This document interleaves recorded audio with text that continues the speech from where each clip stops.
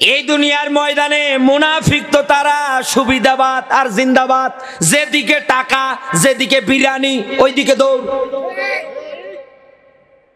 বিরিয়ানির দিকেও আয়াত আছে, খাবারের পরে মিষ্টি খাওয়া সুন্নত, খা জম্মের খাওয়া খা। নবীজির হাদিস কি সুন্দর আমল করে যাচ্ছে। ওই নবী তো জবান দিয়ে বলেছিলেন এই জমিনের ময়দানে আল্লাহর জমিন আল্লাহর দ্বীন প্রতিষ্ঠা করার জন্য অস্ত্র ধরা পর্যন্ত ফরজ। এইটার কথা বলবেন তখন রাগ করে, মন খারাপ করে। আমার বন্ধুরে এবার ভালো করে বোঝেন, আমার আল্লাহ পাক ডাক দিয়ে বলতেছেন এই দুনিয়ার ময়দানে যারা মাঝামাঝি অবস্থানকারী হবে, দুনিয়ায় যারা মুনাফিক হবে, হে নবী 2 নম্বরে টার্গেট হবে, এদের বিরুদ্ধে আপনি লড়াই করবেন, সংগ্রাম করবেন। কেন করবেন জানেন? ইসলামের 12টা বাঁধানোর জন্যে, ইসলাম বিদায় করার জন্যে। এই মুনাফিকেরা শুধু মুসলমানের মধ্যেই তৈরি হবে। মুনাফিক যে আমাদের দেশে আছে মুসলমানের মধ্যেই যে হয়, চিনবেন কেমন করে? আল্লাহ আয়াত দিয়ে ডাক দিচ্ছেন উদখুলু ফিস সিলমি কাফা, বলেন আল্লাহু আকবার। জন্মের পর থেকে আমরা আয়াতটা শুনে আসতেছি, কিন্তু আল্লাহ আয়াত দিয়ে ডাক দিচ্ছেন ইসলাম যদি মানতে হয় পরিপূর্ণভাবে মানা লাগবে। এই বর্তমান এখন শীতকালীন সময়ে মোনাজাত করে দিয়ে আমি বাড়ির দিকে চলে যাব, আপনারাও বাড়ির দিকে চলে যাবেন। বাড়িতে যাওয়ার পরে আস্তে করে বিছানায় ওঠার পরে আপনার স্ত্রী আপনার জন্য কত সুন্দর করে লেপটা বিছিয়ে দিয়ে রেখে দিয়েছে। আপনি আস্তে করে বিছানায় উঠলেন, ওঠার পরে লেপটা সহ টেনে যদি পায়ের কাছে নিয়ে যেয়ে দেন, এরপরে সামান্য একটু টেনে হাঁটু পর্যন্ত যদি ঢেকে রাখেন, হবে? এই হাঁটু পর্যন্ত লেপ দিয়ে যদি মনে করেন যে আর আমার গায়ে কোনো শীত লাগবে না, আমার গায়ে এমনি গরম হবে, কারণ পায়ের দিক গরম হলে এদিকেও গরম হবে, এ কথা বলেন না কেন? এটা কি সম্ভব? আরো জোরে বলেন। এই দুনিয়ার ময়দানে মুনাফিক যারা আছে ওরাও কিন্তু এই চিন্তাধারাই নিয়ে থাকে যে পায়ের দিকে সব পরে থাক, সুবিধাবাদ আর জিন্দাবাদ, মাইরের পথ যেদিকে আছে আমরা ওদিকে যাব না।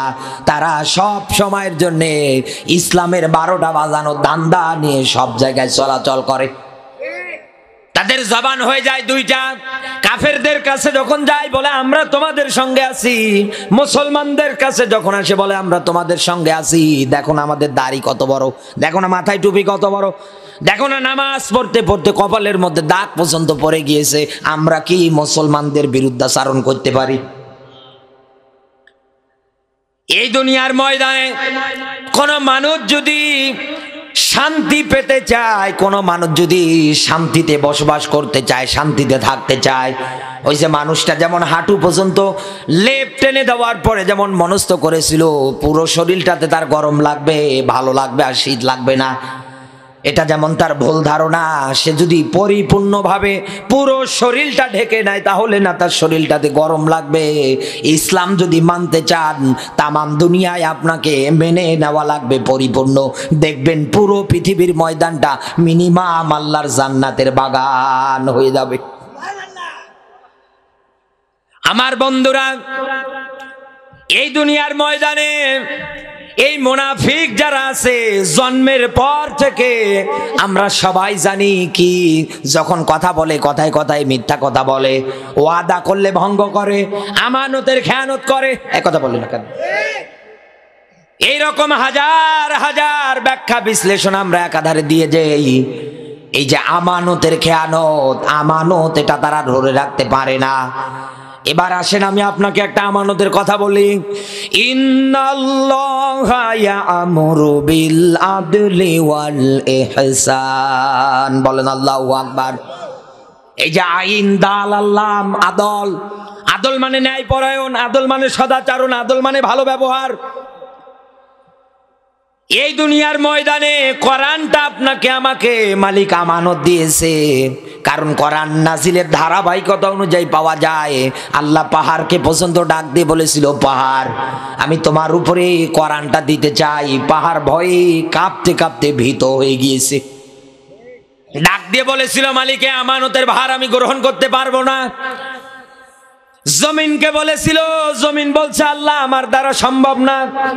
শেষ পর্যন্ত মানুষদের উপরে এই কিতাবটা এখন আমানত আছে। এই দুনিয়ার ময়দানে আজ আমরা এই আমানতের খেয়ানতকারী অনেকে হয়ে বসে আছি। আমরা আজও এই দুনিয়ার ময়দানে আল্লাহর এই নাজিলকৃত কিতাবের সঙ্গে আমানতদারিটা ঠিক রাখতে পারিনি এইভাবে। এবার আমি আপনাকে ব্যাখ্যা দিচ্ছি, ভালো করে বোঝেন। এক নম্বরে যে আইন দাল আল্লাহ, এই আদল শব্দটা নিয়ে বলছে। এক নম্বরে দুনিয়ায় কোনো মানুষ যদি আদল করতে চায়, প্রশ্ন থাকবে আদল করবো কার সঙ্গে?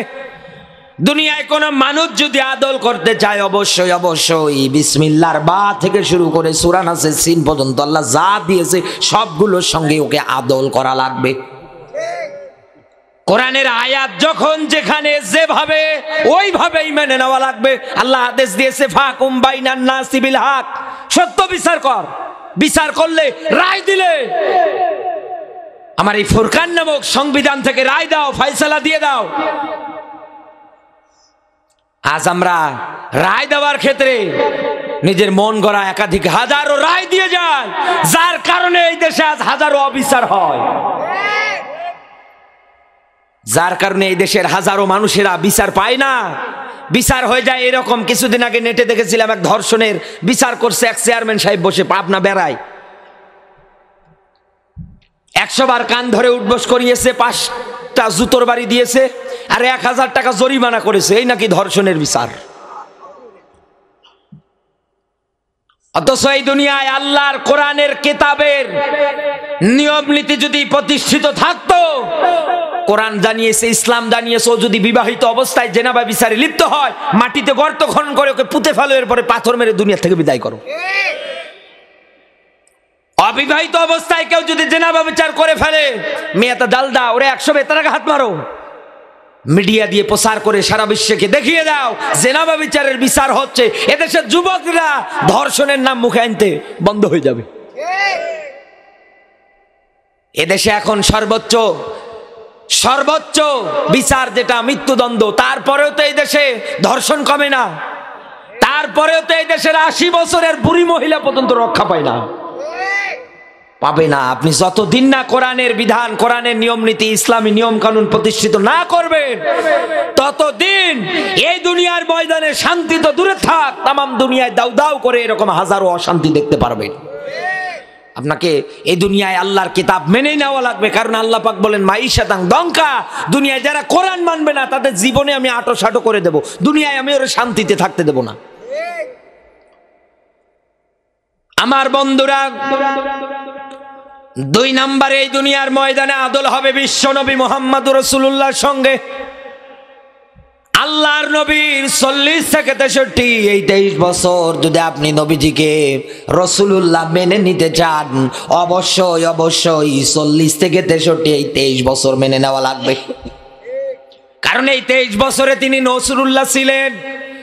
এই 23 বছর মিলে তার পুরো মিশন ছিল, তার প্রচেষ্টা একটাই ছিল, আল্লাহর জমিনে আল্লাহর বিধান কেমন করে কায়েম করা যায়। কোরআনে কারীম জানিয়েছে ওয়ানযির আশিরাতাকাল আকরাবিন।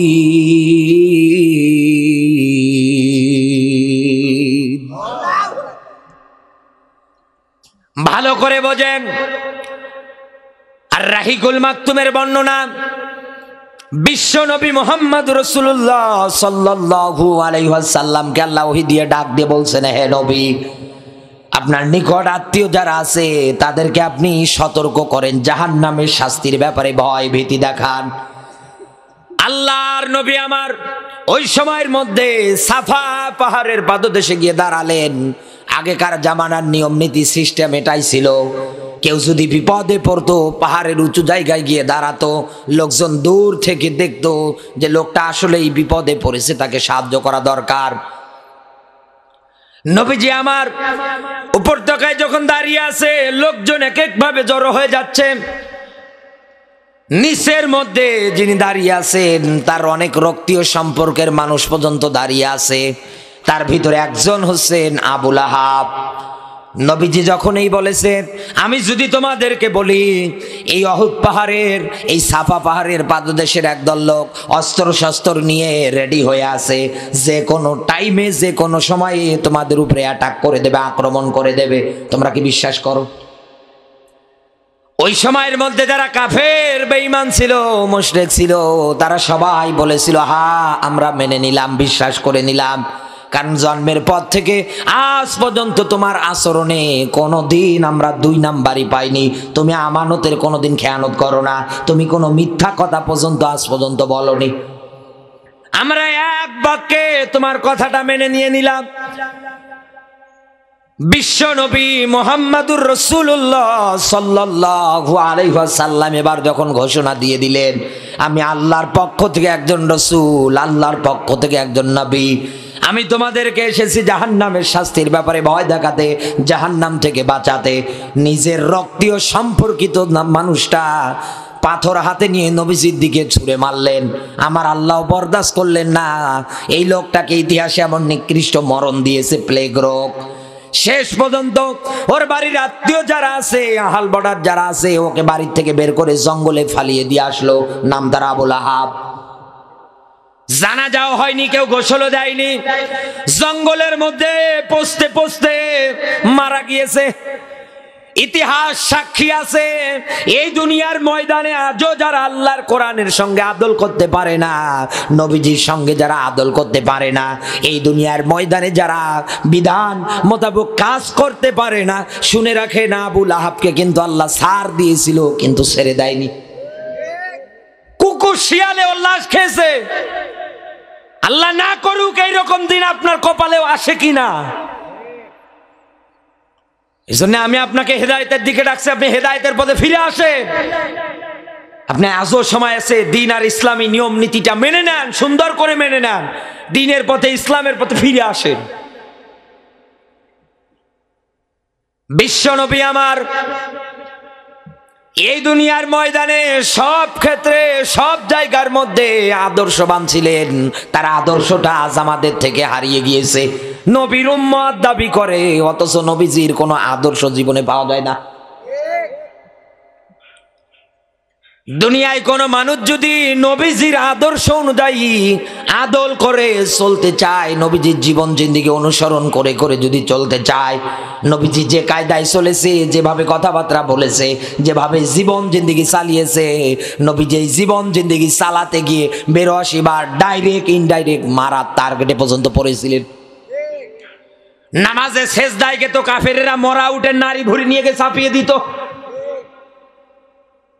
আবু জাহেল প্রস্তুতি নিয়ে আসে, দলবলের সঙ্গে পরামর্শ করার পরে আব্দুল্লাহর বেটা মোহাম্মদ সেজদায় যখন এই যাবে, উপর থেকে পাথর আমি নিচের দিকে ফালিয়ে দেব, মাথার মধ্যে পড়ে যাবে, থেতলিয়ে মাথাটা শেষ হয়ে যাবে। এই পরিকল্পনা, এরকম হাজারো পরিকল্পনা বিশ্বনবীকে ঘিরে দুনিয়ার থেকে বিদায় করে দেওয়ার জন্যে তাদের ষড়যন্ত্র, তাদের চিন্তা চিন্তার যে একটাই, তারা এই দুনিয়ার ময়দান থেকে আল্লাহর নবী মুহাম্মদুর রাসূলুল্লাহকে বিদায় করে দেবে। এই দুনিয়ায় কোনো মানুষ যদি বিশ্ব নবীর জীবনটা সুন্দরভাবে অনুসরণ করে নিতে পারে, আপনিও মিলিয়ে দেখবেন এই মানুষটাও কিন্তু শান্তিতে থাকতে পারে না। যেখানেই যাক না কেন, তাকেও দেখবেন ওই রকম আক্রমণ করার জন্য লোকজন রেডি হয়ে আছে। তার মানে আপনি এক বাক্যে বুঝে নেবেন, এই দুনিয়ার ময়দানে এই মানুষটা নবীজির জীবনী সুন্দর করে অনুসরণ করে যাচ্ছে, নবীর জীবন সে আদল করে ফেলেছে। 3 নম্বরে আপনার আদল হবে এই দুনিয়ার ময়দানে মানুষের সঙ্গে আপনার এই হাত দিয়ে, আপনার এই জবান দিয়ে, আপনার এই মাথা দিয়ে, আপনার এই পা দিয়ে, কোনো অঙ্গ প্রত্যঙ্গ দিয়ে যেন মানুষের কোনো ক্ষতি না হয়। কারণ আল্লাহ পাক বলেন, কুনতুম খায়রা উম্মাতিন উখরিজাত লিন্নাস, আমি তোমাদেরকে বের করেছি মানুষের মধ্য থেকে শ্রেষ্ঠ করে। এই দুনিয়ার ময়দানে শ্রেষ্ঠ করে এই জন্য বের করেছি, এই দুনিয়ায় মানুষকে সৎ কাজে আদেশ দাও আর অসৎ কাজে বাধা দাও। ও যশোরের মুসলমানেরা, এই দেশে নিজেও সৎ কাজে আদেশ দেয় না, অসৎ কাজে নিজেও বাধা দেয় না। একথা বলেন না কেন? অন্য আরেকজন সৎ পথে মানুষদেরকে ডাকে, অসৎ পথে বাধা দেয়, তার নামে দেখবেন এই হাত দিয়ে সুন্দর করে মিথ্যা মামলা লিখে থানায় ডায়েরিতে জমা দিয়ে আসে। এটাই হচ্ছে দুনিয়া, এটাই হচ্ছে নিয়ম নীতি। এই দুনিয়ার ময়দানে এরকম মুনাফিক যারা হয়ে আছে, এরকম মুনাফিকের তালিকা পরে আমার আল্লাহ একটা আয়াত দিয়ে ব্যাখ্যা করেছে সতর্ক হওয়ার জন্যে।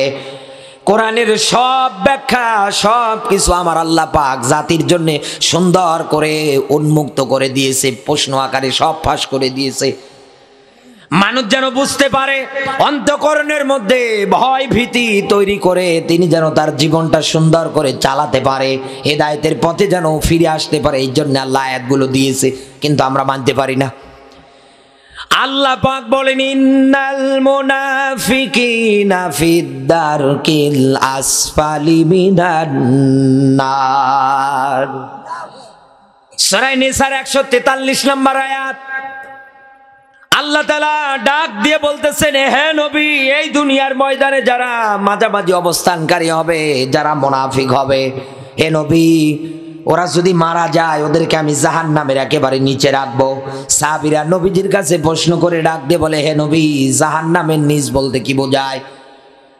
আল্লাহর নবী আমার ডাক দিয়ে বললেন, সাহাবীরা, জাহান্নামের উপরিভাগ থেকে একটা পাথর যদি নিম্ন দেশের জন্য ফালিয়ে দেওয়া হয়, এই পাথরটাই জাহান্নামের নিম্ন দেশে যেতে প্রায় 70 বছর কাল সময় লাগবে। আর ওই জায়গায় জায়গা হবে দুনিয়ায় যারা মুনাফিক ওদের। এইবার আমি আপনাকে মুনাফিকদের আর একটা অভ্যাস বলছি, আর একটা নিয়ম বলছি। মুনাফিক দুনিয়ায় চেনেন না? রাইতাল মুনাফিকিনা, এই আয়াতের ব্যাখ্যা দেখবেন সূরা নিসার 61 নম্বর আয়াত। এই দুনিয়ার ময়দানে, কোরআনের ময়দানে, কোরআনের অনুষ্ঠানে সুন্দর করে লোকজন দেখবেন এসে বসে যায়, আর এই অবস্থায় যারা উঠে উঠে উঠে উঠে যারা বাড়ি চলে যায়, আল্লাহ পাকের আয়াত বলে এটা দেখতে মুসলমানের দাবি করলে ও কোরআন বলে ওটা মুনাফিক। সে যদি আমার নিজের বাবাও হোক, মন খারাপ করুক, কোনো অসুবিধা নেই আমার, কারণ আল্লাহর স্পষ্ট আয়াত। এই কথা বলেন না কেন? এই দুনিয়ার ময়দানে এই মুনাফিকদের ব্যাপারে এরকম হাজারো তত্ত্ব, হাজারো ব্যাখ্যা আমার আল্লাহ দিয়েছে, আপনি চেনেন না। হেদায়েত তো সবাই দুনিয়ায় পায় না। নবীজি তো হেদায়েত দেওয়ার জন্য কত চেষ্টা করেছিলেন, হেদায়েত কি নবীজির হাতে ছিল? চাচা মারা যাওয়ার পরেও দাঁড়াচ্ছে, দোয়া করছে। এক কথা বলে না কেন? কত চেষ্টা করতেছেন, আল্লাহ আয়াত দিয়েছে, ইন্নাল্লাযীনা কাফারু সাওয়াউন আলাইহিম আনযারতাহুম আম লাম তুনযিরহুম লা ইউমিনুন। সূরা বাকারা 6 নম্বর আয়াত, খুবই পরিচিত। হে নবী, দুনিয়ায় যারা কাফের হবে, যতই ওদেরকে দ্বীনের পথে ডাকেন না কেন, যতই আপনি ইসলাম মানার ব্যাপারে ইমানের পথে ডাকেন না কেন, হে নবী, কোনো কাজে আসবে না, কোনো উপকারেও আসবে না। লা ইউমিনুন, হে নবী, ওরা কোনোদিন ইমান আনবে না। জান্নাতে যদি যেতে চান, জান্নাতও যদি পেতে চান, লাগবে কি? ইমানের দরকার নেই? আরো জোরে বলেন। অবশ্যই অবশ্যই আপনার আমার ইমানের দরকার আছে, কিন্তু দুনিয়ায় যদি ইমানই না থাকে, জান্নাত আপনি পাবেন কেমন করে? দুনিয়ায় তো আপনি ইমানদারি হতে পারেননি, দুনিয়ায় আপনি হয়ে বসে আছেন কাফেরের তালিকায়, দুনিয়ায় হয়ে বসে আছেন আপনি মুনাফিক। আল্লাহ আপনার ব্যাপারে এত তথ্য, এত কথাবার্তা বললেন, এরপরেও যদি আপনার অন্তঃকরণে ভয় ভীতি না আসে, যতই আপনি দোয়া করেন না কেন, আল্লাহ তুমি আমাকে জাহান্নাম থেকে বাঁচাও, কোনো লাভ আসবে না, কোনো কিছু হবে না। আল্লাহ পাক বলেন, হে বান্দা, জাহান্নাম থেকে যদি বাঁচতে চাও, এবার আমি তোমাকে আরেকটা আয়াতের ব্যাখ্যা বলছি। আল্লাহ পাক বলেন, ইয়া আইয়ুহাল্লাযীনা আমানু আল আদুল্লুকুম আলা তিজারাতিন তুনজিকুম মিন আযাবিন আলীম।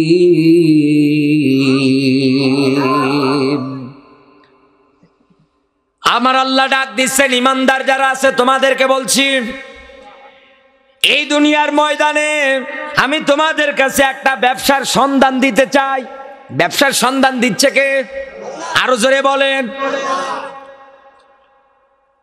এই ব্যবসা করলে পরে বিনিময় হিসাবে আমি আল্লাহ তোমাদেরকে দেব। যেহেতু দুনিয়ার মানুষ লাভ ছাড়া কোনো জিনিস করতে চায় না, কোনো জায়গায় যেতেও চায় না লাভ ছাড়া, বিনা কারণে কোনো কিছু করতে চায় না। এই জন্যে আমার আল্লাহ লাভও দেখাচ্ছেন। তুনজিকুম মিন আযাবিন আলীম, আমি জাহান্নাম থেকে তোকে বাঁচাবো। এই দুনিয়ার ময়দানে এই ব্যবসার নাম হচ্ছে আল্লাহর জমিনে আল্লাহর পথে লড়াই আর সংগ্রাম, তার মানে দিন কায়েমের আন্দোলন। আর এই পথের কর্মী এই দুনিয়ার ময়দানে যারা হয়, এক আল্লাহ বাদ দিয়ে আর কাউকে তারা ভয় করে না, পরোয়া করে না। কারণ তাদের ভালো করে জানা আছে, জীবন যদি এখনই চলে যায়, আল্লাহর আয়াত ওয়ালা তাকুলু লিমান ইউকতালু ফি সাবিলিল্লাহি, বলেন না আল্লাহু আকবার। আল্লাহ তাআলা বলেন, আমার রাস্তায় চলতে গিয়ে যদি মারা যায়, আমার রাস্তায় ব্যবসা করতে গিয়ে আয়াত মেনে নিয়ে যদি চলতে গিয়ে মারা যায়, ও তো শহীদ, ও তো মরে না, ও তো জিন্দা থাকে। তোমরা উপলব্ধি করতে পারো না। বিশ্ব নবী জানিয়েছেন, এই দুনিয়ার ময়দানে কোন মানুষ যদি কাফের বেঈমানদের সঙ্গে লড়াই করতে গিয়ে, সংগ্রাম করতে গিয়ে দ্বীন আর ইসলামটাকে এগিয়ে নিয়ে যেতে এই দুনিয়ার ময়দানে এসে যদি নিহত হয়ে যায় দ্বীনের পথে, আল্লাহ পাক বলেন তাকে শাহাদতের মর্যাদা দিয়ে বরণ করে নেন। নবীজি বলেন, আমার আল্লাহ পাক তার জন্য কিছু পুরস্কার রেখে দিয়েছেন। এক নাম্বার পুরস্কার, এই মানুষটার রক্তের ফোঁটা জমিনে পড়ার আগেই আমার আল্লাহ পাক তার জীবনের অপরাধ মাফ করে দেয়। দুই নাম্বারে, হাসরের কঠিন মুসিবতের ময়দান থেকে আমার আল্লাহ পাকে তাকে রেহাই দিয়ে দেয়। তিন নাম্বারে, তার কোনো হিসাব নিকাশ হবে না। কেন হবে না? হিসাব নিকাশ কেন হবে না? এই যে এই লোকটা বসে আছেন, এনার যদি একটা ছেলে থাকে, ভালো করে বোঝেন, এনার যদি একটা ছেলে থাকে, ছেলেটাকে যদি মাদ্রাসায় ভর্তি করিয়ে দেয়, ইনি যদি বলে, বাবা আমার ওসিয়ত, তোমাকে অবশ্যই হাফেজ হতে হবে, আমি মারা গেলে আমার জানাজা তোমারই পড়ালো লাগবে, এটা আমার আবদার তোমার কাছে, অবশ্যই তোমাকে পূরণ করা লাগবে। এখন হাফেজ তো এই পানির বোতল খেয়ে হয় না, একথা বলেন না কেন? অনেক মানুষ বলে মাদ্রাসায় জঙ্গি তৈরি হয়, তুই একদিনও থাকতে পারবি না, এসে দেখ কি হয় এই জায়গায়। এই শীতের দিনে কত সুন্দর করে বক্স খাটের মধ্যে ঘুমায়, কত তোষবের উপরে। আর এই হাফেজিয়া মাদ্রাসার এই ছোট ছোট বাচ্চাগুলো ফ্লোরের মধ্যে ঘুমায় সামান্য একটা কম্বল বিছিয়ে। কত কষ্ট করে দিন পার করতে হয়, আমি নিজেও পড়েছিলাম, আমি জানি। এই দুনিয়ার ময়দানে এনার ওসিয়ত ওই বাচ্চাটার প্রতি, বাবা তোকে হাফেজ হওয়া লাগবে, আর হাফেজ হতে গেলে, আলেম হতে গেলে, মাওলানা হতে গেলে কষ্ট স্বীকার করা লাগবে। কারণ কষ্ট ছাড়া কোনো কিছু দুনিয়ায় আপনি অর্জন করতে পারবেন না। কষ্টের পরে যিনি সুখ রেখেছেন তিনি হচ্ছেন আমার আল্লাহ। এই দুনিয়ার ময়দানে মালিক ডাক দিয়ে বলছেন, এমনি এমনি জবান দিয়ে বলো, ইন্নাল্লাযীনা ক্বালু রাব্বুনাল্লাহ। কুরবান ভাই বলল না, যারা জবান দিয়ে বলে আমার রব আল্লাহ, অতীতের ইতিহাস মিলিয়ে দেখো, যারা বলেছিল আমার রব আল্লাহ, তারা মাইর খেয়েছে, তারা রক্তাক্ত হয়েছে, তারা জমিনের ময়দানে উত্তপ্ত মরুভূমির মধ্যে তাদেরকে শায়িত করে দিয়েছে, কাউকে বর্ষা মেরে, কাউকে তীর মেরে দুনিয়ার থেকে বিদায় করে দিয়েছে। তারা তো কষ্ট স্বীকার করেছে। আর এই কষ্ট স্বীকার যারা এইভাবে দুনিয়ার ময়দানে রবকে পাওয়ার জন্যে করতে শুরু করে দেয়, আল্লাহ পাক বলেন, ফাসাউফা ইউহাসাবু হিসাবা ইয়াসিরা, কিয়ামতের দিন আমি আল্লাহ ওদের কোনো হিসাব নেব না। ফাম্মা মান উতিয়া কিতাবাহু বিয়ামিনিহি, এখানে হাফেজ আলেম থাকলে জিজ্ঞাসা করে দেখেন, কিয়ামতের ওই ময়দানে আমল নামা আমার আল্লাহ পাক ডান হাতের মধ্যে প্রদান করে দিয়ে দেবে। একটা বারের জন্য আপনি চিন্তা করে দেখেন, এই দুনিয়ার ময়দানে এমনি কি তারা হাসতে হাসতে ফাঁসির দড়িটা গলায় নেয়, এমনি কি হাসতে হাসতে জীবন পর্যন্ত বিলিয়ে দেয়। আমির হামজা ভাই একটা কথা বলতেছিলেন, কার যেন ফাঁসি যা হয়েছিল, তখন ওই সময় কারাগারে যাওয়ার পর ওনার কাছে একজন বর্ণনা করতেছিলেন 3 ঘন্টা মাত্র হাতে সময়, এরপরে লোকটার ফাঁসি হয়ে যাবে।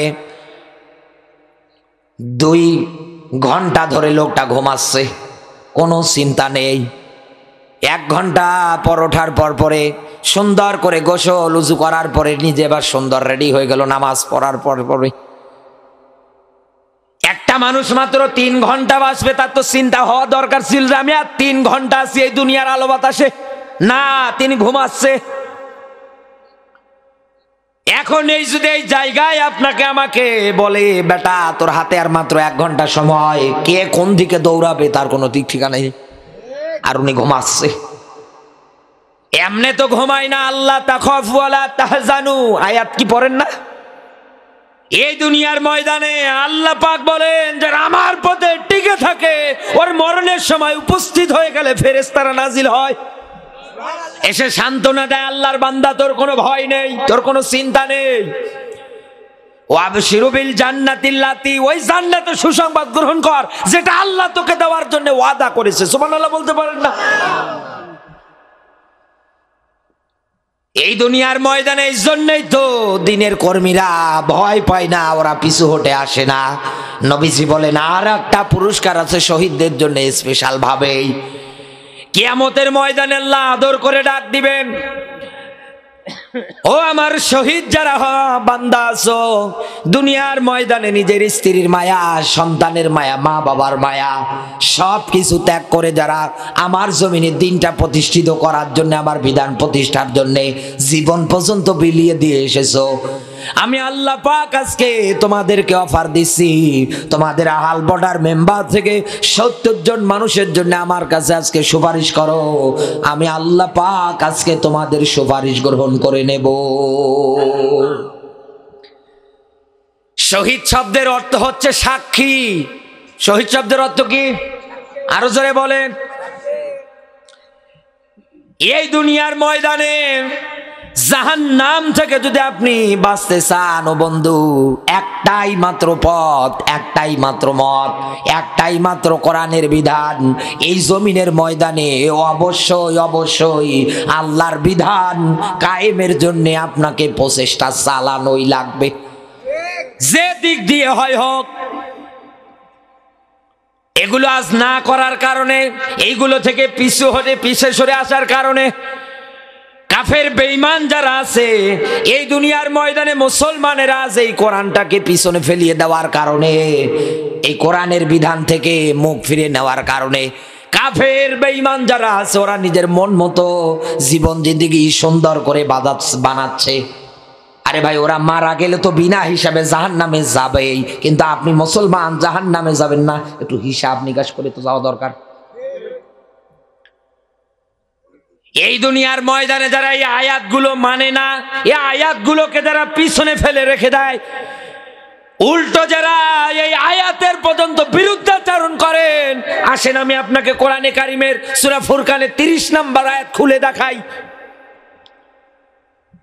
বড় আশা নিয়ে আসেন, আপনি আশেকের রাসূল দাবি করে আছেন, আওলাদের রাসূল দাবি করে আছেন, নবীজিকে এত মহব্বত করেন, এত ভালোবাসেন, এত ধরনের কথাবার্তা আপনি বলছেন, নবীর ভালোবাসা দেখাতে গিয়ে গিয়ে মাঝে মাঝে আপনি বাঁশ বেবে পর্যন্ত দাঁড়াচ্ছেন, আপনি এত কিছু করে ফেলছেন, কিন্তু আল্লাহর জমিনে আল্লাহর আইন প্রতিষ্ঠা করার ক্ষেত্রে বিচার ব্যবস্থা থেকে শুরু করে নিয়ম নীতি থেকে শুরু করে সব জায়গার মধ্যে কোরআনের বিধান প্রতিষ্ঠার ক্ষেত্রে আজও কোনো আপনার ভূমিকা নেই, কোনো পদক্ষেপ নেই। কোরআনের শব্দের অর্থ হচ্ছে মাহজুর, আপনি কোরআনটাকে পিছনে ফেলিয়েছেন, তুচ্ছ তাচ্ছিল্য মনে করেছেন, পরিত্যাজ্য মনে করেছেন, অযথা মনে করেছেন। আল্লাহ কি এটা অযথা দিয়েছে? কোরআন কি অযথা দিয়েছে? এই দুনিয়ায় যারা অযথা মনে রেখেছিলেন এই কোরআনটা, কিয়ামতের ময়দানে ওই নবী আবার আপনার বিরুদ্ধে আল্লাহর আদালতে মামলা দায়ের করবে। মামলার 1 নাম্বার কাতারে, আসামির কাতারের মধ্যে থাকবে যারা আল্লাহর নাজিলকৃত কিতাব পাওয়ার পরেও বিচার ফায়সালা, দেশ পরিচালনার কাজে যারা ব্যয় করে না। কোরআনে কারীম জানিয়েছে, ওয়ামাল্লাম ইয়াহকুম বিমা আনজালাল্লাহু ফাউলাইকা হুমুল কাফিরুন।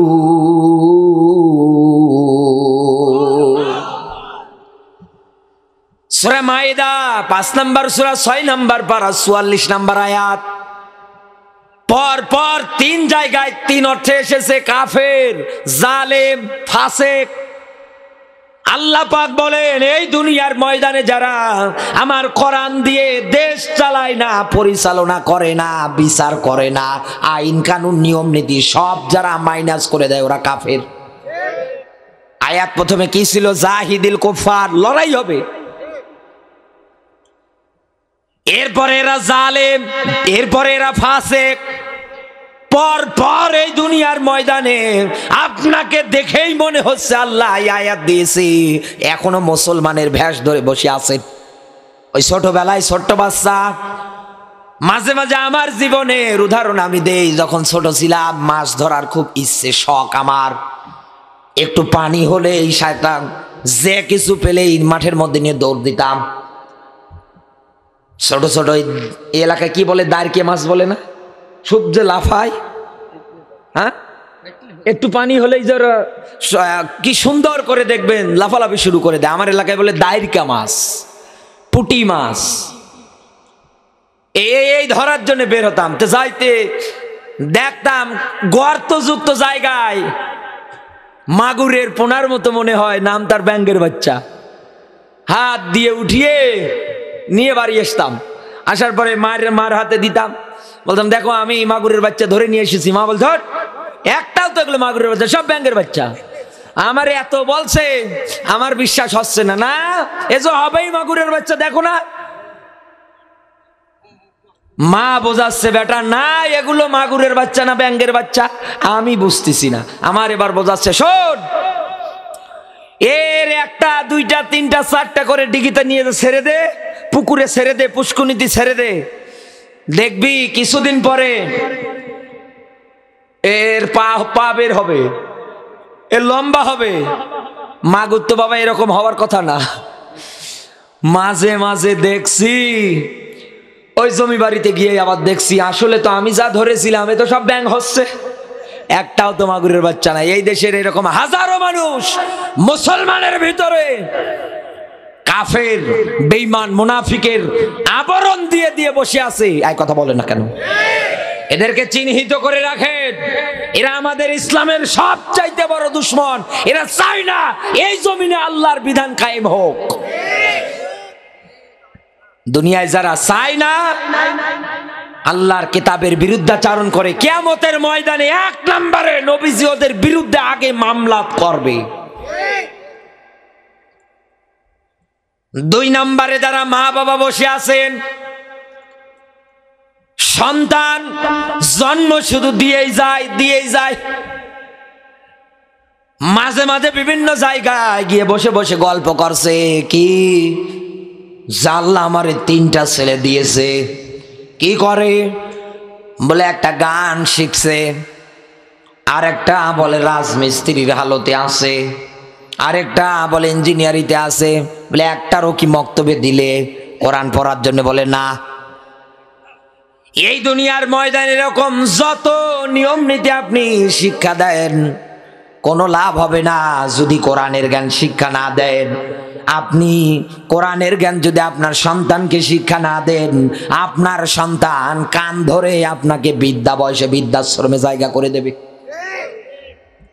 আপনাকে যাওয়াই লাগবে যদি কোরআন শিক্ষা না দেন, কারণ ও তো চিনবে না। মায়ের সঙ্গে কিভাবে কথা বলবো এই কোরআনে ব্যাখ্যা আছে, বাবার সঙ্গে আচরণ হবে কোরআনে ব্যাখ্যা আছে। কওলান কারিমা, সম্মানজনক শব্দ ব্যবহার কর।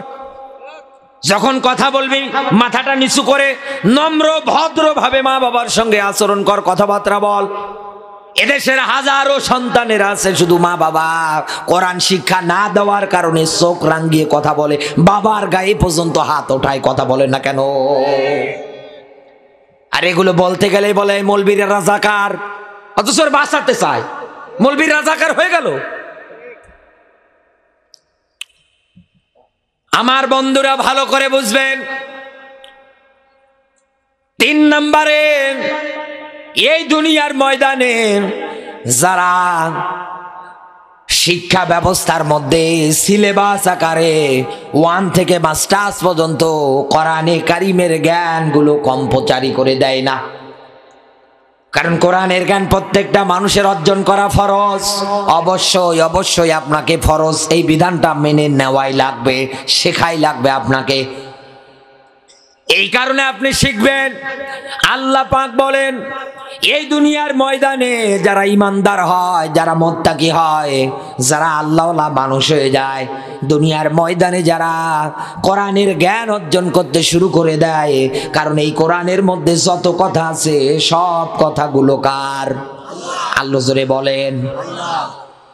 এই দুনিয়ার ময়দানে কোন মানুষ যদি এই কোরআনের জ্ঞান অর্জন করার পরে ওই অনুযায়ী যদি আমল করতে শুরু করে দেয়, এই দুনিয়ার ময়দানে ওর পরিচয় হয়ে যায় ও একজন ইমানদার।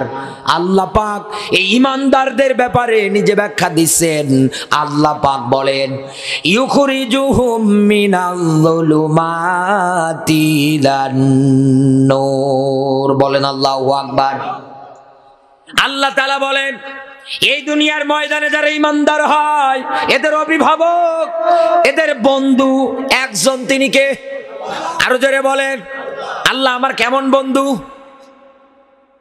এই জায়গার মধ্যে যারা বসে আছেন, মাইকের আওয়াজ যাদের কানে যায়, জিজ্ঞাসা গিয়ে করবেন জীবনে এমন এমন অপরাধ আছে, আজকেই যদি মায়ের কাছে গিয়ে বলে, মা বলবে তোরে আমার জন্ম দেওয়াই ভুল হয়েছে।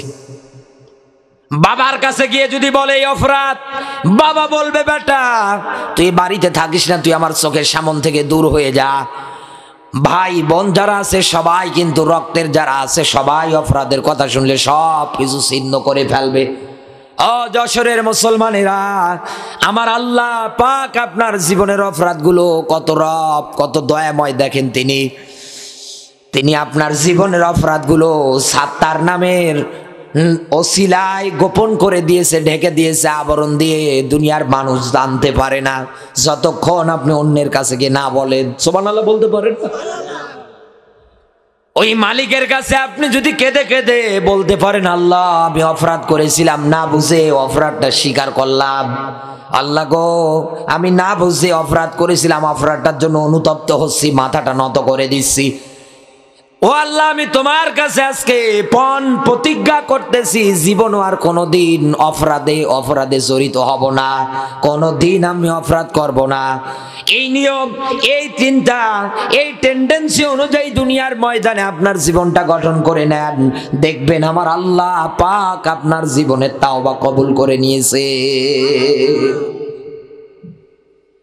আমার বন্ধুরা, এই দুনিয়ার ময়দানে যারা শিক্ষা ব্যবস্থার ক্ষেত্রে কোরআনের জ্ঞানগুলো সব জায়গার মধ্যে চালু করে দেয় না, তাদের ব্যাপারে কিন্তু ভয়ঙ্কর তথ্য এরকম একটার পর একটা আছে।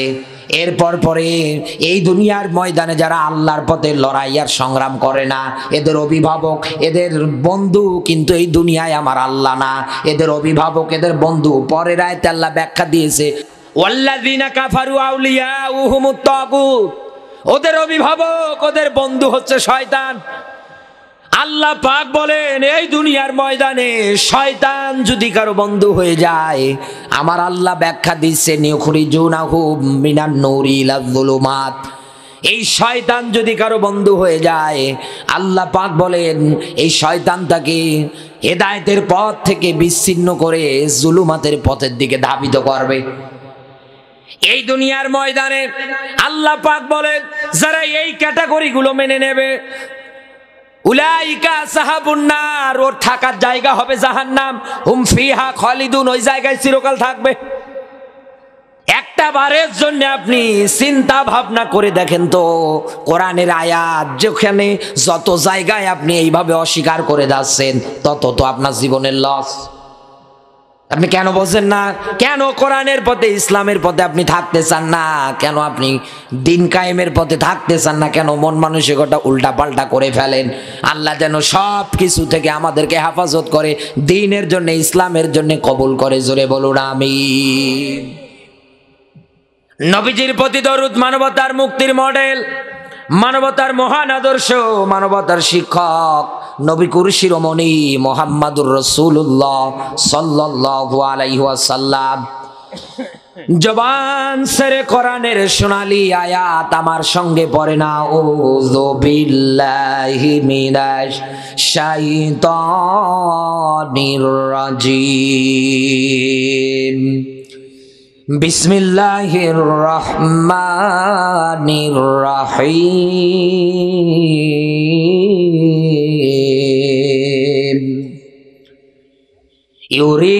ইউরিদুনা লিইউতফিউ নূরাল্লাহি বিআফওয়াহিহিম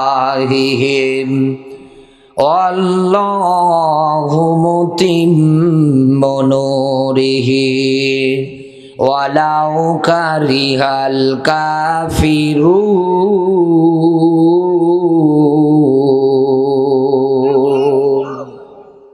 আমি আপনাদের এলাকার নিয়ম নীতি বুঝলাম না। আমি বসার পরে লোকজন একটা একটা করে চলে গেল। এলাকার লোকজন কি ওই কেচ্চা খাইনি শোনে? সেটা আমার আগে বলতেন, আমি কেচ্চা খাইনি ধরতাম। দেখি আমরা আজকের আয়াতের মধ্যে কি আছে, কি তথ্য আছে। আমি যশোর, চৌগাছা এদিকে অনেক প্রোগ্রাম করেছি, কোনোদিন আমি এরকম পড়িনি, আজকে পড়লাম। এলাকার লোকজন এইরকম মনে হয় কেচ্চা কাহিনী শুনতে রাজি বেশি।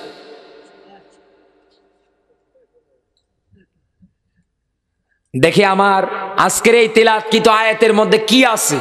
যারা চলে গিয়েছে ওরা ওদের কপাল নিয়ে যাচ্ছে। এখন পর্যন্ত যারা যাচ্ছে, আমি মুসাফিরের হালতেই বলছি, কোরআন হাদিস পড়েই বলছি, ওরা ওদের কপাল নিয়ে বাড়ি চলে যাচ্ছে। আল্লাহ ফাটাবে মরার পরে, এটা মনে রাখবেন। চোখ বন্ধ হয়ে গেলে বুঝবি। দেখি আজকের এই আয়াতে কি আছে। শর্ট সময়ে, আমি অসুস্থ মানুষ, দেখি আজকের এই আয়াত আমাদের কি দিক নির্দেশনা দেয়, কি মেসেজ দেয়। আমরা এতদিন কিভাবে শুনেছিলাম, আর আয়াতের ব্যাখ্যা বিশ্লেষণ কিভাবে আছে। থাকবেন তো? থাকবেন। ইমানদার যারা আছে তাদের ইমান যা আছে আরো বেড়ে যাবে।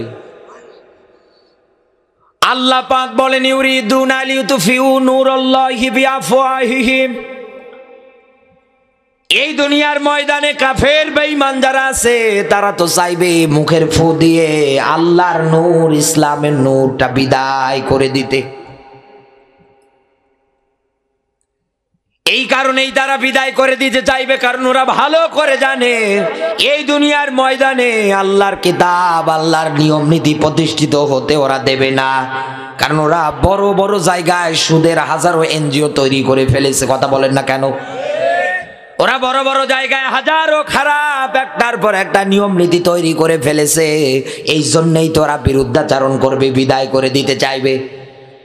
এখন আমি আপনার কাছে প্রশ্ন রাখতে চাই, এই দুনিয়ার ময়দানে আমি কোরআন পড়ে বলছি, কোরআনের আয়াত বলছি, এখানে যারা হাফেজ আলেম আছে জিজ্ঞাসা করে দেখেন, তামাম দুনিয়াতে আপনার আমার দৃষ্টিতে যত মানুষ আছে, আল্লাহ মানুষদের ব্যাপারে নিজে ব্যাখ্যা দিয়েছেন, খলিকাল ইনসানা যায়ফা, আমি মানুষ বানিয়েছি একেবারে দুর্বল করে। এই যে কাফের, এই বেঈমান, মুনাফিক, মুরতাদ, ইসলামের ঘোর বিরোধী যারা, কোন গরু ছাগল, সব কি মানুষ। আল্লাহ পাক বলেন, এই মানুষদেরকে আমি একেবারে দুর্বল করে বানিয়েছি। এরপর পরে মানুষের, ইসলামের আরেকটা বড় শত্রু, তার নাম হচ্ছে শয়তান। তার নাম আরো জোরে বলেন। শয়তানের চক্রান্তের ক্ষেত্রে আমার আল্লাহ নিজে ব্যাখ্যা দিয়ে ওইভাবেই বলেছেন, একেবারে দুর্বল। কিন্তু একটা জায়গায় গিয়ে আর আমার আল্লাহ পাক এই দুর্বল শব্দ, এই শব্দটা ব্যবহার করেনি। কোন সেই জায়গা, কাদের ক্ষেত্রে? আল্লাহ পাক বলেন ইন্না কাইদা কুন্না আযীম, মেয়েদের চক্রান্ত বড় ভয়ঙ্কর। সম্মানিত মায়েরা যারা আছেন, আমি আপনাদেরকে মেসেজ দিয়ে যেতে চাই, এই কোরআনের এই শব্দটা সূরা ইউসুফের এই 28 নম্বর আয়াতটা নিয়ে একটু গবেষণা করবেন। সিরিয়াল না দেখে, ঝগড়াঝাটি না করে, বউ শাশুড়ি মিলে আন্দাজে মারামারি না করে, দুইজনে জামাতবদ্ধ হয়ে আয়াত নিয়ে গবেষণা করবেন। কি যে মাওলানা এসেছিল বলে গেল মেয়েদের চক্রান্ত বড় ভয়ঙ্কর, অথচ মেয়েদের এত সম্মান এত মর্যাদা আমার আল্লাহ দিয়েছে। আবার এই মেয়েদের এই ব্যাপারে এই তথ্য কেন দিলেন, এই কেন দিলেন, এই নিয়ে গবেষণা করেন। এই দুনিয়ার ময়দানে ভালো করে বোঝেন, আল্লাহ এমনি বলেনি একটা মেয়ের চক্রান্ত এত ভয়ঙ্কর হতে পারে। এই কয়েকদিন পরে 14 ফেব্রুয়ারি ভ্যালেন্টাইন্স ডে আসছে, রানিং। এদেশের হাজারো যুবকেরা রেডি হয়ে আছে, ওই গদখালিতে যাবে, ফুল কিনে কিনে নিয়ে ওরা সারা দিন মজা করবে। অথচ এটা মুসলমানদের কোনো অনুষ্ঠান না, মুসলমানদের কোনো বিধান না, অথচ সরকারি ভাবে রাষ্ট্রীয় ভাবে ওই দিন ছুটি ঘোষণা করে দেওয়া আছে। নিজের বউয়ের খোঁজ নেই, পরের বউয়ের হাত ধরে টানাটানি করে ফুল দেয়, এরকম আছে না নেই? আরো যারা বলে এই দুনিয়ার ময়দানে যারা এই ক্যাটাগরিতে আছেন, সম্মানিত মায়েরা যারা বসে আছেন, আপনারা সম্মানের দিক দিয়ে উচ্চ আসনে আছেন। আল্লাহ আপনাদের ব্যাপারে এই তথ্য দিলেন কেন, এই কেন নিয়ে বাড়ি গিয়ে একটু গবেষণা করে মেলাবেন। আমি আমার এই ছোট্ট মেধায় পেয়েছি, একটা ছেলে মানুষ করতে গিয়ে 22-23 বছর ধরে একটা ছেলে মানুষ করতে হয়। এই 22-23 বছর ধরে একটা ছেলেকে খাবার পানি দিয়ে দিয়ে পড়াশোনার মাধ্যমে যদি বড় করতে চায়, সে যদি মা বাবা যদি আশা করে আমার এই সন্তানটা বড় হওয়ার পরে একটা অফিসার হোক, ভালো একটা চাকরি পাক, ভালো একটা বেতন হোক তার, গরিব মানুষ হওয়ার পরে অন্তঃকরণের মধ্যে তাদের বড় বড় আশা, বড় বড় চাওয়া। এই জন্যে করে কি বাবাটা খাটতে খাটতে পিঠের চামড়া পর্যন্ত কালো হয়ে গিয়েছে, তাও মাঠের মধ্যে গিয়ে কাজ করে সন্তানটার মুখের দিকে তাকিয়ে। মা অন্যের বাড়িতে থালা বাসন মেজে, অন্যের বাড়িতে কাজের বুয়া হয়ে ঘর পর্যন্ত পরিষ্কার করে দেয়। টাকা পয়সা যা পাই দুইজনে মিলে নিয়ে এসে সন্তানকে ফোন দেয়, বাবা তুমি কোথায়, কেমন আছো? মা আমি হোস্টেলে আছি, কি টাকা পয়সা দরকার? সঙ্গে সঙ্গে বলে, বাবা আগামীকাল সন্ধ্যাবেলা তোর বাবা গিয়ে তোর বিকাশ নাম্বারে দিয়ে আসবে। নিজেদের কোনো খাওয়া নেই, নিজেদের কোনো কিছু নেই, সব কিছু পাঠিয়ে দিচ্ছে। এই সন্তান তিলে তিলে এরকম কষ্ট স্বীকার করে করে বড় করলেন, ভালো একটা চাকরিও পেয়ে গেলেন। কোন কোন ক্ষেত্রে দেখা যায় বিবাহ বন্ধনে আবদ্ধ, ক্ষেত্রে দেখা যায় নিজে নিজেই বিয়ে করে, আবার দেখা যায় পরিবারের সম্মতি অনুযায়ী দুই জায়গায় হওয়ার পরে বিয়ে হয়ে যায়। কথা বলে না কেন? দুইটা পরিবার একত্রিত হয়ে যায়, কথাবার্তা সব ওকে, এবার বিয়ে শাদীর পালা।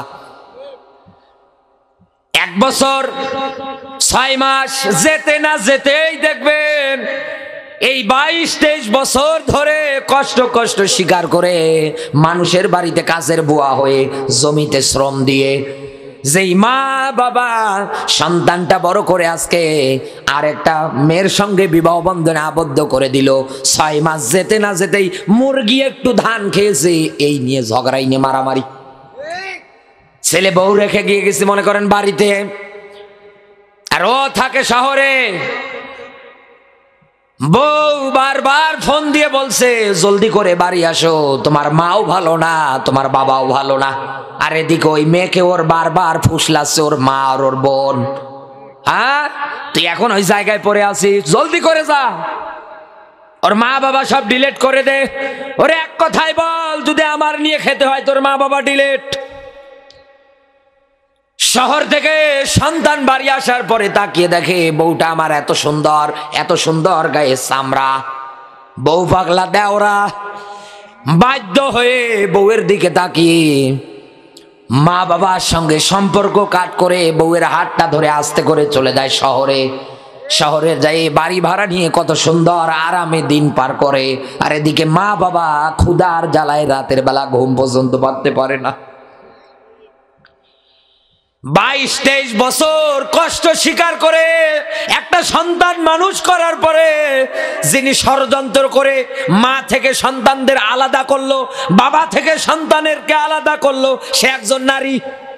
এই কথা বলে একটা মেয়ের চক্রান্ত ষড়যন্ত্র পরিবারে যদি এতটা প্রভাব ফেলে, আপন ভাই হয়ে যদি আপন ভাইয়ের সঙ্গে কথা না বলে, রক্তীয় সম্পর্ক যদি ঠিক না রাখে একটা নারীর কারণে, একটা নারীর চক্রান্তের প্রভাব যদি এত পরিমাণে বেশি হয়ে যায়, নিজের বোনটার সঙ্গে মিল মহব্বত নেই ভাইয়ের, মা বাবার সঙ্গে আগেই কাট, সব দিক দিয়ে মিলিয়ে দেখবেন একজন এই জায়গায়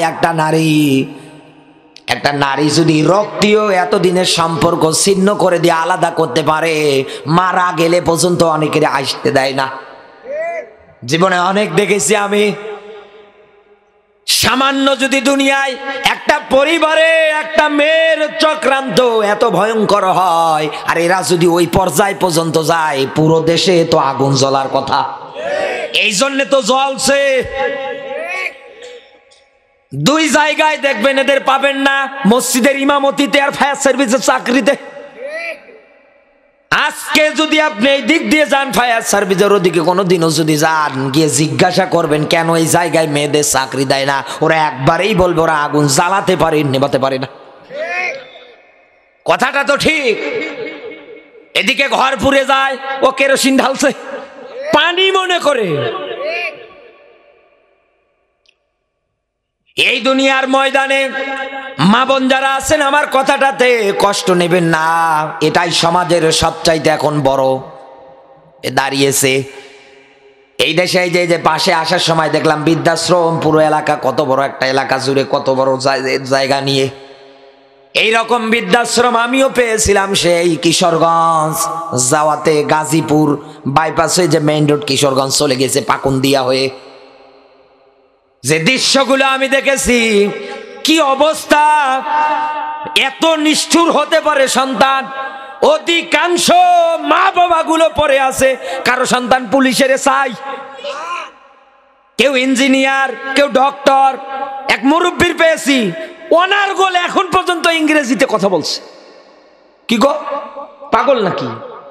ম্যানেজার সাহেব আমার বলছে, না উনি কত শিক্ষিত আপনি জানেন? পাকিস্তান পিরিয়ডের সেই ইংরেজির উপরে ওনার পড়াশোনা।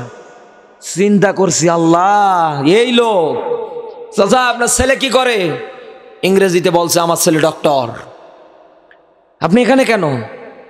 কই জানি না। চিন্তা ভাবনা করে দেখেন, হিসাব অঙ্ক মিলিয়ে দেখেন, ওই জায়গাও যিনি ষড়যন্ত্র করেছে, চক্রান্ত করেছে ওই নারী। এক কথা বলেন না কেন? আর যুবক, কষ্টের টাকা মা বাবার কাছ থেকে তুমি নাও, গদখালিতে গিয়ে ফুল কিনে 14 ফেব্রুয়ারির জন্য অপেক্ষা করছো, তোমার কপালে ঝাঁটা মারা উচিত। পড়াশোনা নেই, কিছু নেই, পড়াশোনা বাদ দিয়ে পড়ে আছে বিভিন্ন জায়গায়। মা বাবা কষ্ট করে বাইরে রেখেছে টাকা পয়সা দিয়ে, ও ভার্সিটির ছাত্রে মেয়ে নিয়ে বাদাম খাচ্ছে, আর বাড়িতে এদিক মা বাবা গল্প করে বেড়াচ্ছে, ছেলে আমার ভার্সিটিতে কি করছে গিয়ে দেখেন তো একবার। আমার বন্ধুরা, এই জন্য আমি আপনাকে এই মেসেজটা দিয়ে রাখলাম, সামান্য পরিবারটাই যদি এই পরিমাণ হতে পারে, তাহলে বড় বড় জায়গাগুলো কি হতে পারে। আর মেয়েদের ষড়যন্ত্র, মেয়েদের চক্রান্ত, এই ব্যাখ্যাটা আমরা পেয়েছি নবী ইউসুফের জীবনী থেকে। জুলাইখা ষড়যন্ত্র করে নিজেই খারাপ কাজ করার জন্য চিন্তা ভাবনা করলেন, উল্টো পরে আবার যখন নবী ইউসুফ দৌড়াচ্ছিলেন, পিছন দিক দিয়ে থাবাও মারলেন, আটকাতে পারলেন না, জামাটা পর্যন্ত ছিঁড়ে গেলেন। সর্বশেষ যে দরজা খোলার সঙ্গে সঙ্গে তাকিয়ে দেখে সামনে আজিজে মিশর দাঁড়িয়ে আছে। আজিজে মিশর দেখছে ইউসুফ নবী সামনের দিকে দৌড়ে আসতেছে, জুলাইখা তার পিছনে। যখন এই জুলাইখা দেখেছে সামনে আজিজে মিশর তার স্বামী, এইবার কান্নার ভান করে করে বলতেছে, এই না তোমার কেনা গোলাম, আজকে দেখো আমার দিকে খারাপ দৃষ্টি দেয়। কি গো, নবী ইউসুফ অবাক হয়ে গেল, এ কি বলে, এ কেমনে সম্ভব? তেনার কাছে তো ওইভাবে কথা বলার মতো পরিস্থিতি ওই জায়গার মধ্যে নেই, এখানে ভালোভাবে মজবুত ভাবে কথা বলা লাগবে। এই জন্যেই তিনি তার রবের কাছে সাহায্য চেয়েছিলেন, রব সাহায্য করেছিলেন। অকানা হাক্কানা আলাইনা নাসরুল মুমিনিন, ইমানদার মুত্তাকিরা বিপদে পড়লে আল্লাহর পক্ষ থেকে সাহায্য করা ওয়াজিব হয়ে যায়। আমার আল্লাহ পাক নবী ইউসুফকে ডাক দিয়ে বলতেছেন, হ্যাঁ নবী ইউসুফ, আপনি বলে দেন ওই যে ছোট্ট বাচ্চাটা কান্না করে ওকে এই জায়গায় নিয়ে আসতে, ওই দেবে আজকে সাক্ষী। ছোট্ট বাচ্চা সামনে এসে হাজির হওয়ার পরে জবান দিয়ে বলছে, সামনে থেকে যদি জামাটা ছেঁড়া হয় নবী ইউসুফের, তাহলে নবী ইউসুফ দোষী হয়ে যাবে, আর যদি পিছন দিকে ছেঁড়া হয় জুলাইখা দোষী। সঙ্গে সঙ্গে আজিজে মিশর তাকিয়ে দেখে আসলেই তো জামাটা পিছন দিক দিয়ে ছেঁড়া। সঙ্গে সঙ্গে আজিজে মিশর ডাক দিয়ে বলে, জুলাইখা, তোমার রূপে গুণে, তোমার কান্নার ছলনায় আমি মগ্ন হয়ে গিয়েছিলাম, আমি পাগল হয়ে গিয়েছিলাম, কিন্তু একটা মেয়ের ষড়যন্ত্র চক্রান্ত যে এত ভয়ঙ্কর হতে পারে আগে জানতাম না। আর আমাদের দেশের সেই যুবকেরা ওদের পিছে ঘুরঘুর করে দৌড়াচ্ছে। স্কুল ছুটি হয়, স্কুলের বারান্দার সামনে গিয়ে হাজির, গেটের সামনে হাজির, মানে এতিম, কিছুই খায় না। হায় আল্লাহ, এই যুবকদের হেদায়েত যেন দান করে, বলেন আমিন। আমার বন্ধুরা, এই দুনিয়ার ময়দানে মায়েরা যারা আছে তারা যেন আয়াতটা নিয়ে একটু গবেষণা করে চিন্তা করে যে কেন আল্লাহ আমাদের ব্যাপারে এই তথ্য দিলেন। এত সম্মান দেওয়ার পরে আল্লাহ যেন আমার মা বোনগুলোকে হেদায়েত দেয়, বলেন আমিন। এবার আসেন আমরা মূল পয়েন্টে যাই। মানুষও দুর্বল, শয়তানের চক্রান্ত দুর্বল, কিন্তু নারীদের চক্রান্তটা ভয়ঙ্কর। আমাদের মেইন পয়েন্ট ছিল কাফেরেরা চাইবে কিভাবে কোরআনের আলো নূর বিদায় করে দেবে মুখের ফু দিয়ে। এই যে রাব্বি ভাই বসে আছে, একদম যুবক মানুষ, এই জায়গার মধ্যে আমি যদি নেমপো বা বাতি, চেনেন তো নেমপো কুপি, আগুন লাগিয়ে দেওয়ার পরে জায়গায় রাখার পরে ভাইকে যদি বলি ভাই একটু পিছিয়ে গিয়ে ফু দেন তো, এইটা নেবানো সম্ভব না? নিববে না? কেন নিববে না? একবারেই নিবে যাবে। মোমবাতিতে আগুন দেন, দেওয়ার পরে ফু দেন, দেখবেন মোমবাতির আগুনও নিবে যাবে। এরপর পরে একটা শুকনো পাটখড়ি নেওয়ার পরে আগুন ধরিয়ে দেন, দেওয়ার পরে ফু দেন, দেখবেন এই পাটখড়ির আগুনও নিবে যাবে। এখন আপনি আপনার কাছে প্রশ্ন রাখতে চাই, আল্লাহর কোরআনের জবাব ব্যাখ্যা অনুযায়ী ইন্নাদ-দীনা ইনদাল্লাহিল ইসলাম, আল্লাহর কাছে গ্রহণযোগ্য মনোনীত একটা জীবন ব্যবস্থা, তার নাম, আরো জোরে বলেন, ইসলাম। এই কোরআন নাজিলের ধারাবাহিকতা অনুযায়ী আল্লাহ পাক বলেন আমি কোরআন নিজে হেফাজত করব, হাফিজুন। তাহলে কোরআনও আল্লাহর, ইসলামও আল্লাহর, আপনি আমি সবাই তো আল্লাহর, এ জমিনও আল্লাহর, সব কিছু আল্লাহর। ওই মালিকে আবার বলছে ওরা তো চাইবে কি মুখের ফু দিয়ে ইসলামের আলো, কোরআনের আলোটা নিভিয়ে দিতে, বন্ধ করে দিতে। চাইবে কেমন করে? মানুষ তো দুর্বল হয়ে গেল, মানুষ তো ফু দিয়ে সামান্য এই জিনিসগুলো নেভাতে পারে, কিন্তু এই কোরআনের বিধান তো নেভানো সম্ভব না। সম্ভব? আরো জোরে বলেন। তো আল্লাহ কি ভুল ব্যাখ্যা দিয়েছে? এই জায়গার মধ্যে এবার গবেষণা করে আমরা দেখি কি পাওয়া যায়। আল্লাহ পাক এবার আর এক জায়গায় এ ব্যাপারে তথ্য দিচ্ছেন। আল্লাহ পাক বলেন লিসানা ওয়া শাফাতাইন, বলেন আল্লাহু আকবার। সূরা বালাদ 90 নাম্বার সূরা 30 নাম্বার পারার প্রথম নাম্বার রুকুর 9 নাম্বার আয়াত। ভালো করে বুঝবেন কথাটা। সূরা বালাদের 90 নাম্বার, সূরা বালাদের 9 নাম্বার আয়াতের মধ্যে আমার আল্লাহ পাক ডাক দিয়ে বলতেছেন আমি মানুষদের জন্য বানিয়েছি ঠোঁট আর জিহ্বা। এই যে রাব্বি ভাইকে এখন যদি বলি ভাই মুখ দিয়ে একটু বাতাস বের করেন, ফু দেন তো, ওনার ঠোঁটও কাজ করা লাগবে, জিহ্বাও নাড়ানো লাগবে। কথা বলেন না কেন? এই দুইটা অঙ্গ প্রত্যঙ্গের ব্যবহার লাগবেই, তারপরে না ফু বের করতে পারবে, বাতাস বের করতে পারবে মুখ দিয়ে। আমি যেমন কথা বলতেছি, এই কথা বলার ক্ষেত্রে ঠোঁট যেমন নড়ছে, ওই গতিতে কিন্তু কথা বের হচ্ছে।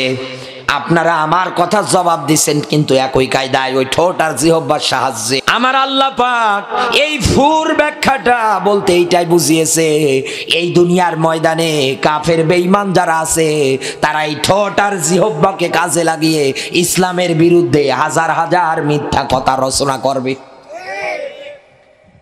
মানুষদেরকে ইসলাম থেকে দূরে ঠেলে নিয়ে যাওয়ার জন্য হাজার হাজার মিথ্যা কথাগুলো একটার পর একটা রটাবে, ষড়যন্ত্র করবে, কৌশল করবে। যেমন করেছিল আবু জাহেল। দূর দূরান্ত থেকে লোকজন আসতো নবীজির সঙ্গে দেখা করার জন্যে। আবু জাহেল বলতো ওর কাছে যেও না, গেলে পরে তোমরা পাগল হয়ে যাবা। লোকজন বলতে কি বললে? বলে হ্যাঁ, ওর কাছে যেও না, তোমরাও পাগল হয়ে যাবে। লোকজন বলতে এ কেমন পাগল, যার কাছে গেলে ভালো মানুষও পাগল হয়ে যাবে, তাহলে তো সবাই লাগে। এই রকম করে আবু জাহেল মিথ্যা কথা বলার পরেও যখন দেখছে মুহাম্মাদুর রাসূলুল্লাহ সাল্লাল্লাহু আলাইহি ওয়াসাল্লাম সামনের দিকে এগিয়ে যাচ্ছে, এইবার আবু জাহেল আরো শক্তভাবে পদক্ষেপ নিচ্ছে। কি? আমার আল্লাহ এই কথাটাও কোরআনে কারিমের মধ্যে সুন্দর করে ব্যাখ্যা করে দিয়েছেন, নুন ওয়াল কলামি ওয়া মা ইয়াসদুরুন। নুন হচ্ছে হরফে মুখাত্তাত। কোরআনের 29 জায়গায় এরকম ওয়ার্ডগুলো আছে, এগুলোর অর্থ একমাত্র আল্লাহ ভালো জানে। আল্লাহ পাক বলেন ওয়াল কলামি ওয়া মা ইয়াসদুরুন, আমি কলম বানিয়েছি। কলমটা বড় দামি জিনিস। এই দুনিয়ায় মিলিয়ে দেখবেন কাফের বেঈমান যারা আছে, ওরা যখন দেখে মুখের কথায় কাজ হয় না তখন ওরা কলম চালায়। এক কথা বলেন না কেন? যখন মুখের কথায় কাজ হয় না তখন কি লাগে? কলম। এই কলম হাতে নেওয়ার পর পরে আবু জাহেল দারুন নদওয়ার ওই সময়ের মধ্যে সবচাইতে বড় সংসদের নাম হচ্ছে দারুন নদওয়া। এই দারুন নদওয়ায় বসার পর পরে নবীজির বিরুদ্ধে সাইন স্বাক্ষর করে তৈরি করতেছে, মোহাম্মদ আলটিমেটাম, প্রথম নাম্বার তোমাকে হত্যা করে ফেলবো যদি দিনের দাওয়াত দাও বন্ধ না করো।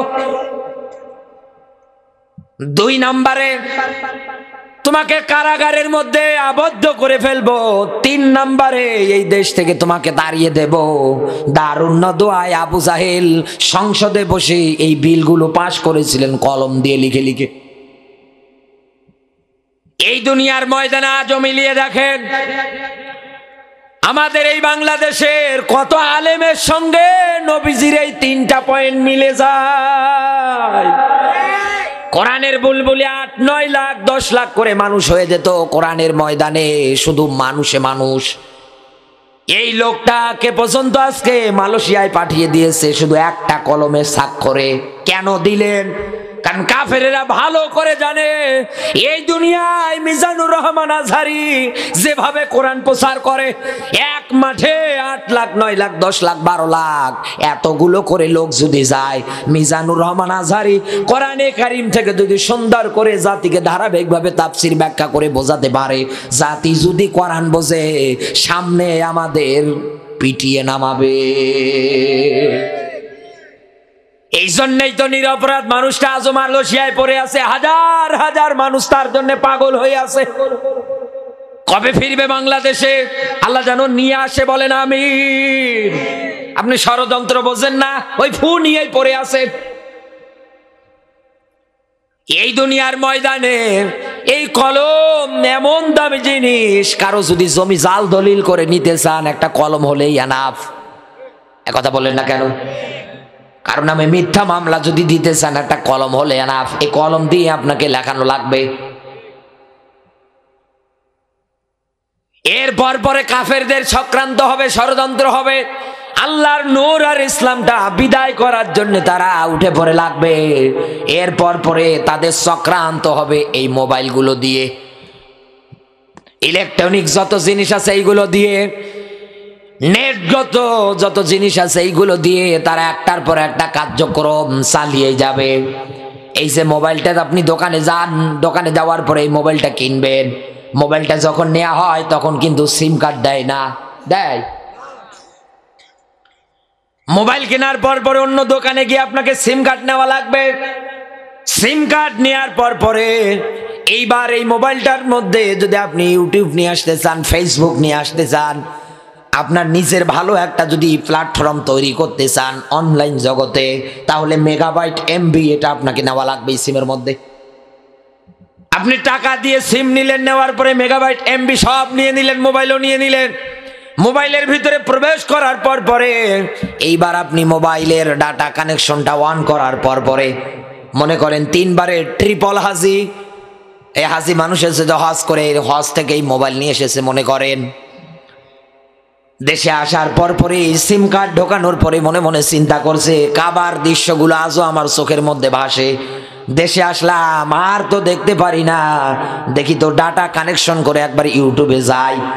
যখন এই ডাটা কানেকশন দিয়ে ইউটিউবে ঢুকতে গিয়েছে, তাকিয়ে দেখছে পরিমণি দাঁত বের করে বসে আছে।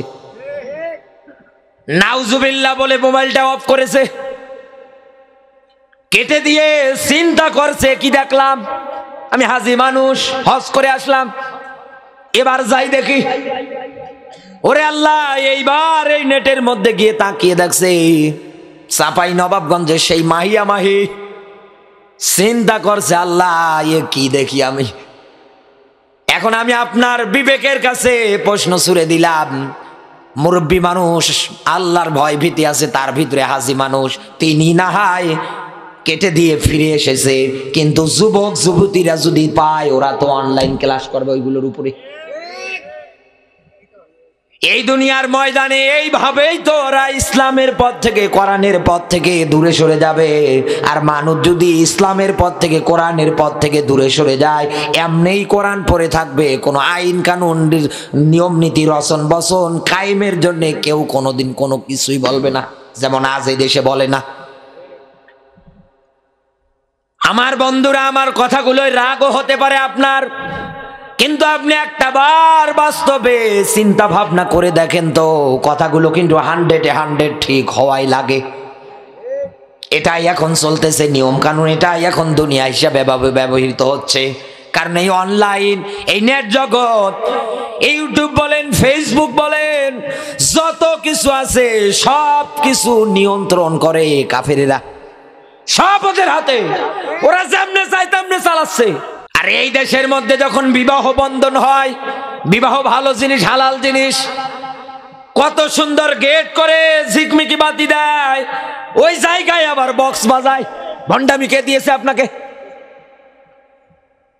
কোরআনের আয়াতের বিরুদ্ধে আপনি কাজ করেন আর জান্নাতের আশা করেন। কত হাজির মেয়ের বিয়ে দেয় গান বাজিয়ে, কথা বলে না কেন? ওই ইসলাম এর বিধান মেনে এসেছে, ইসলাম 5টা স্তম্ভে প্রতিষ্ঠিত, তার ভিতরে হজ একটা।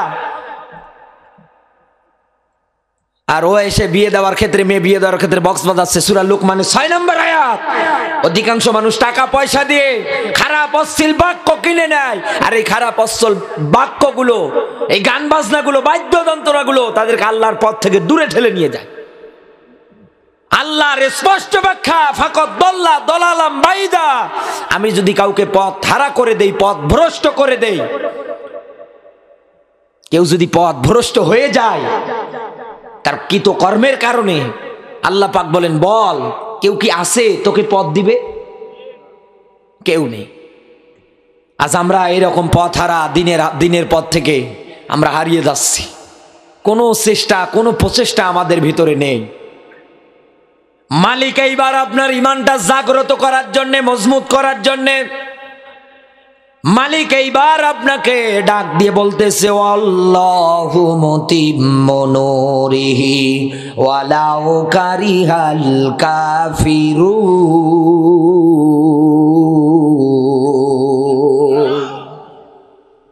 ওই মালিক ডাক দিয়ে বলতেছেন, বান্দা শোন, আমি কসম করে বলছি, আমি নিজে কসম করে বলছি, আমার নূর, আমার আলো এই জমিনের ময়দানে আমি জ্বালাবই।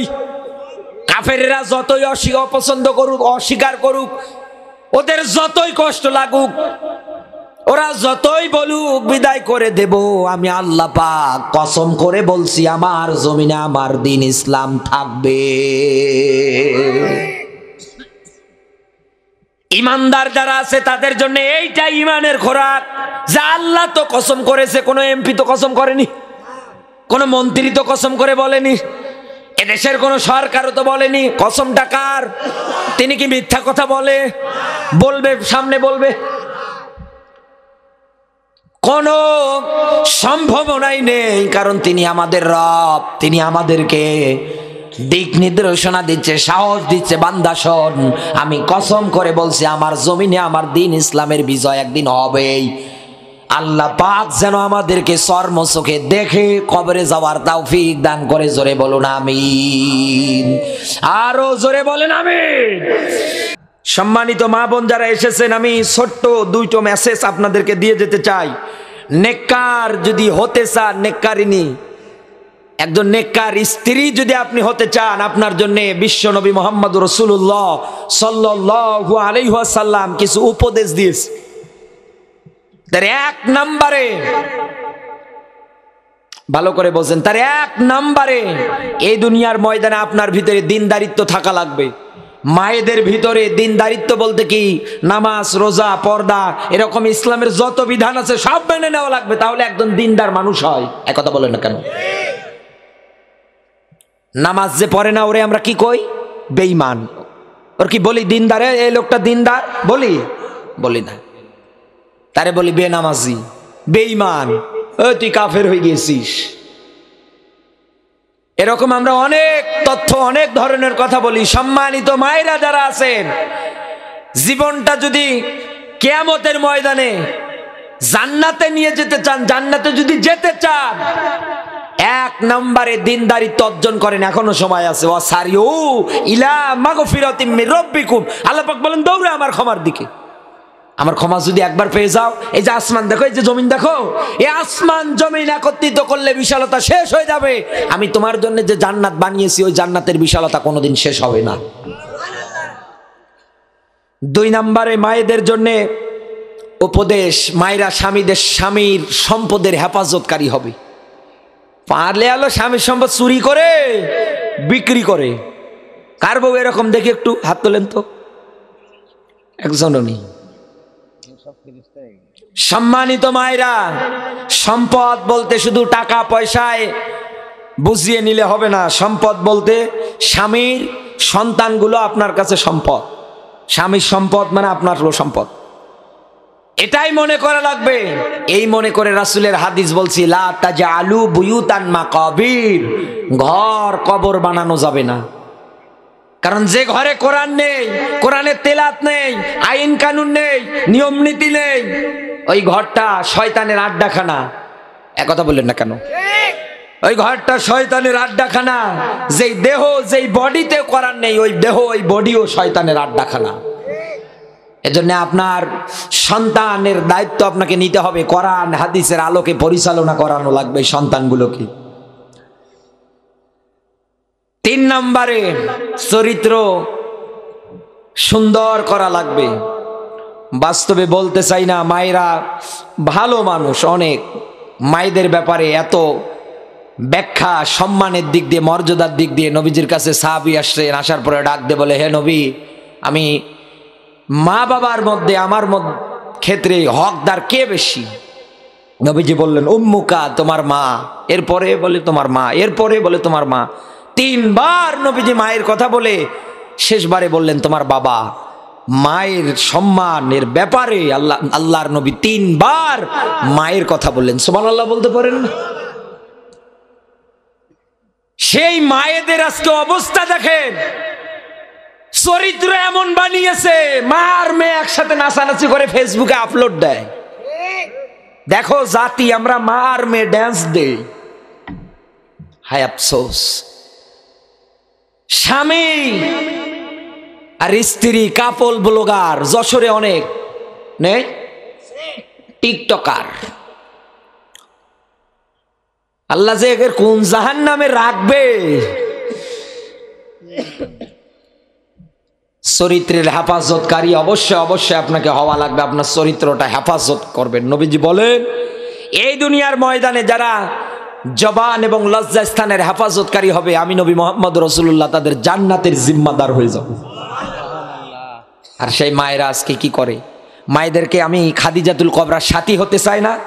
খাদিজাতুল কুবরার জীবনী পড়তে গিয়ে আমি একটা তথ্য পেয়েছি। খাদিজাতুল কুবরা রাসূলের হাতে ওই সময় মুসলমানই হননি, তিনি কালেমাই গ্রহণ করেননি। করেছিলেন রসুলের সঙ্গে যখন খাদিজা, বিশ্বনবী মোহাম্মদ রসুল্লাহ যখন খাদিজার সঙ্গে ব্যবসায় আবদ্ধ হয়, তখন বয়স মাত্র 22 বছর নবীজির। কত? 22 বছর। খাদিজা আরব জাহানের মধ্যে আমানতদারিতা লোক পাচ্ছে না খুঁজে। বান্ধবী নাফিসা বলছে একজন আছে। কে? আব্দুল্লাহর বেটা মোহাম্মদ আছে। ঠিক আছে, ব্যবসার হিসাব নিকাশ সব বুঝিয়ে দিলেন, মালপত্র বুঝিয়ে দিলেন। সারা দিন কেটে যাওয়ার পরে সন্ধ্যাবেলা এসে খাদিজার কাছে একুরেট 100% হিসাব বুঝিয়ে দিয়ে গেলেন, আমানত বুঝিয়ে দিয়ে গেলেন। খাদিজা অবাক হয়ে গেলেন। এতদিন আমি মনে করেছিলাম আরব জাহানের মধ্যে কোনো আমানতদারিতা নেই, কিন্তু আব্দুল্লাহর বেটা মোহাম্মদ আমার ভুল ভেঙে দিয়েছে। এই খাদিজাকে আরব জাহানের লোকেরা ধনী, প্রচুর ধনী ছিলেন তিনি। এর আগেও তার বিয়ে হয়েছিল। এত ধনী, এত সুন্দরী, এত রূপবতী একজন নারী ওই সময়ের মধ্যে মুশরিক ছিলেন, সে কিন্তু ইমানদার ছিলেন না। তারপরেও লোকেরা তাকে নাম ধরে ডাকতো তহেরা, পবিত্র নারী, সতী নারী। সুবহানাল্লাহ বলতে পারেন না? খাদিজার নাম উঠলেই বলতো খাদিজা তো তহেরা, সে তো একজন পবিত্র নারী, সে তো একজন সতী নারী। আরে দেশের মুসলমান মায়েদের অবস্থা দেখেন। 3টা সন্তান হয়েছে, আর একজনের হাত ধরে পালিয়ে যাচ্ছে। 4 নম্বরে মায়েদের জন্য আমার উপদেশ, মায়েদেরকে ঘরে অবস্থান করতে হবে। মায়েরা ঘরে অবস্থান করবে। বাইরে বের হলেও পর্দা সহকারে আপনাকে বের হতে হবে। আপনি চাকরি করেন, নিষেধ নেই, পর্দা করেন। এমন বোরকা পরবেন যে বোরকার নিচে 80 বছরের বুড়ি আছে না 10-20 বছরের যুবতী আছে, এটা যেন বোঝা না যায়। আর ওরা এমন বোরকা গিয়ে বাজারে পিছনে আবার ফিতা আছে। আল্লাহ আমার এই মা বোনগুলোকে যেন হেফাজত করে। জোরে বলুন আমিন। মায়েরা মনে মনে দোয়া করবে, আল্লাহ হুজুরের মরণ দাও।